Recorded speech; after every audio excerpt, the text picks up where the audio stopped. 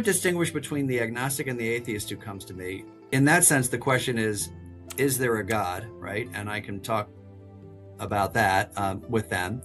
I usually will appeal to their sense of what Thomas Aquinas would call the argument from design. Like, do you really think that this is all kind of by chance? Like, I mean, I know there are billions of possibilities, but it does seem unlikely that this is just by chance. And then I might invite them to think about ways that God has of reaching out to them. So, for example, I say, even the question you're asking, why would you be asking that question? Where do you think that desire to know comes from? Right? So I usually go down that path.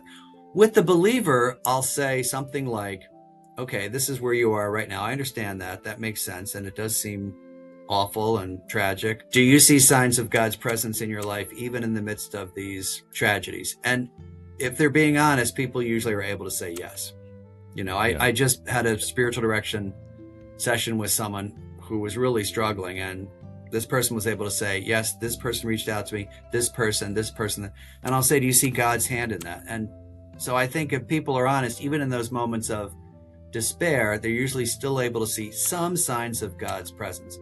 But really, it's about accompanying them. And you may need, as you're saying, you may need to give them a time to just, you know, not believe for a while and then come back on their own terms. Because you're absolutely right. These easy answers, you know, if you're talking to a parent who's lost a child, you know, we're going to say, oh, they're in a better place, or God's going to give you, God answered your prayer, but it was something better, which that's my least favorite answer. Of course.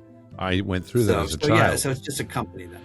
I lost my mom when we lived on the East Coast, and we were, as a little kid, I was 7, almost 7, and she was killed by a drunk driver, and my dad was injured.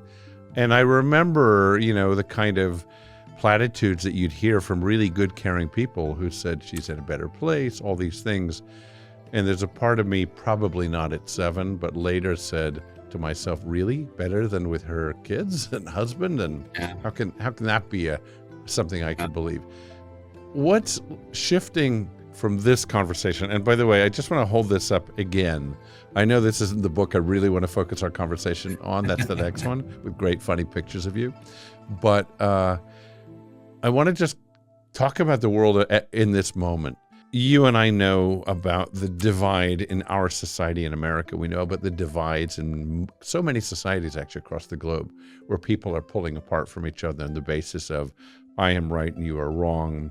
I am right means I am inherently good, and you are wrong, which means you are actually inherently evil.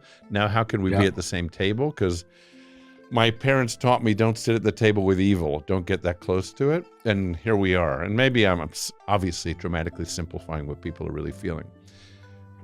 What's the God component to the struggle that we're in collectively, not individually? Obviously, it comes down to individuals. What's your feeling about what it is to be a priest, a teacher, a pastor in this moment of history? Oh, well, I think that's a very good question and an insightful observation about, you know, I disagree with you there. Therefore, you're not even part of us. You're not even part of the community. You're evil. You should be cast out. The whole tradition of the scapegoat. I think for me, one of my jobs right now is to enable people to see the other person as, you know, a human being, as a child of God, right? And to really listen to that person, which is very difficult. And we have a tradition in the Jesuits. I'm a member of the Jesuit order, and it's called the presupposition. It's a kind of a crazy term. And it begins St. Ignatius's book called The Spiritual Exercises. And he says, this is the beginning of the spiritual exercises. This is a kind of 4-week plan for prayer and thinking about Jesus in your life.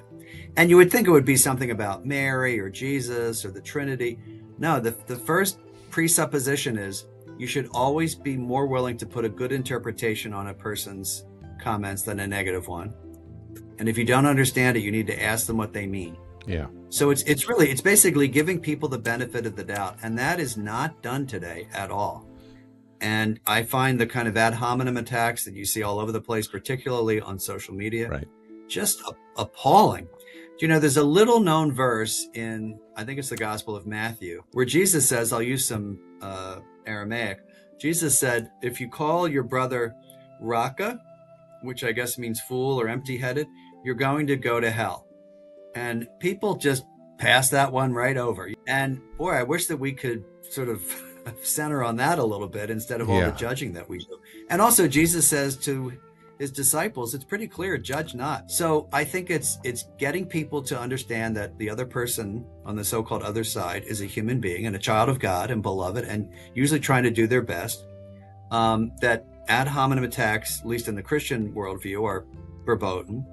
Of course, in ours as well. And that, pardon me? Of course, in ours as well. There's a parallel to everything in both of these traditions. Yeah, and that, you really need to listen to these people and not judge. This is so key. Jesus says it over and over, and yet people, they seem to be unable to not judge. They say, well, I have to judge a person's actions. Well, fine, but it's not about judging the individual. So that's a big part of my world these days, and it gets tougher and tougher. I think at times, I think the challenge is, when you preach the Bible, sometimes it's going to necessarily be seen as political. So if you say we need to care for the poor, or we need to care for the stranger, as Exodus says and as Jesus says, people say, well, what are you talking about? It's like, well, okay, now this case, I'm just preaching the Bible, right? But when you get specific, I totally agree with you. I think it's unnecessary. You don't have to do it.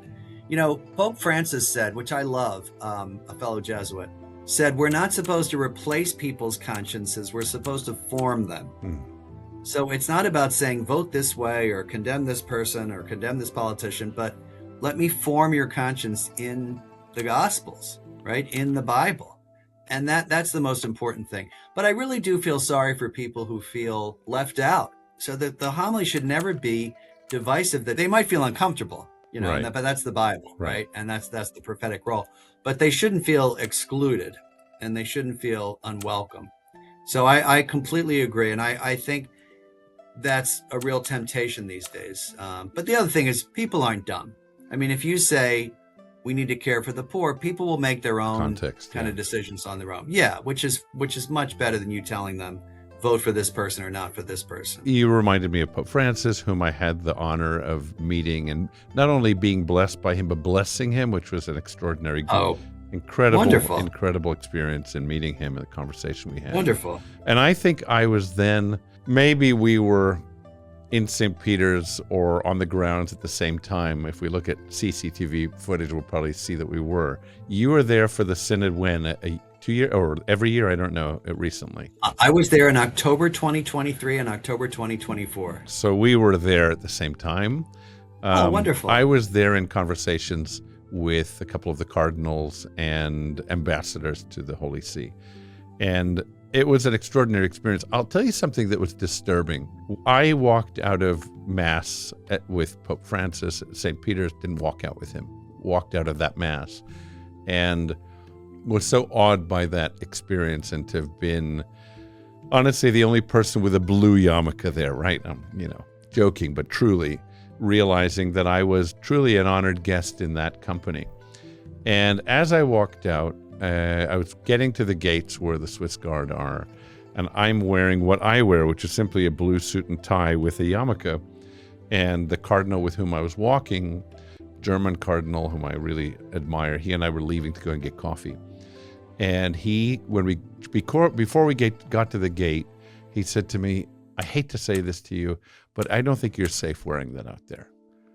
And I thought, I should take off my yarmulke? He said, I just want to be protective of you. And I did. I took his advice. It's his home, not mine. But it bothered me ever since then, that idea that not that he would do that to me. I think he was doing it out of kindness, but that was a reality. That was just a challenging memory for me of that experience. My question to you actually about this is, when I was presumably with you, meaning at the Vatican at the same time, my friends and colleagues, cardinals, would come out and we'd have our dinner conversations. And I'd said, so what's being discussed? What will actually move the needle this time? And they often said kind of cynically, apologetically, nothing's going to change, but we're in a conversation that maybe 20 years ago we wouldn't even entered into. Do you feel like the needle's moving in any real way? I think you mean on that particular issue? On that issue. Yes. Pope Francis, for example, called for the decriminalization of homosexuality, which, I mean, as you know, in the West, people Huge. say, well, of course, which means, for our listeners and viewers, that it's not criminal, right? That Right. you oppose the fact that people would be jailed. And, for a lot of people in the West, they thought, oh, big deal. But in sub-Saharan Africa and in Eastern Europe, that's a big deal. It is. Right. And so I think by him doing that, by him using the word gay, by him appointing openly gay people to papal commissions, by him meeting with people like myself, by him meeting with transgender people, just talking about it. And, even Leo just used the term LGBTQ. It is moving the needle. I think it's hard for people, to some people, to see how much change we've undergone just since Pope Francis. I mean, again, he's the first Pope even to use the word gay in public. His 5 most famous words in English, who am I to judge, were about gay priests. Excuse me. So I do think that it is changing. Is it changing as fast as people would like? No. But again, the Pope is trying to balance this idea of progress with also unity. He doesn't want to break the church over this. Where do you sit on wanting to hold on to the value of the tradition of the church and what it stands for and the word that it stands for, and wanting also to see changes happen that will make it more embracing and I'll say more humane?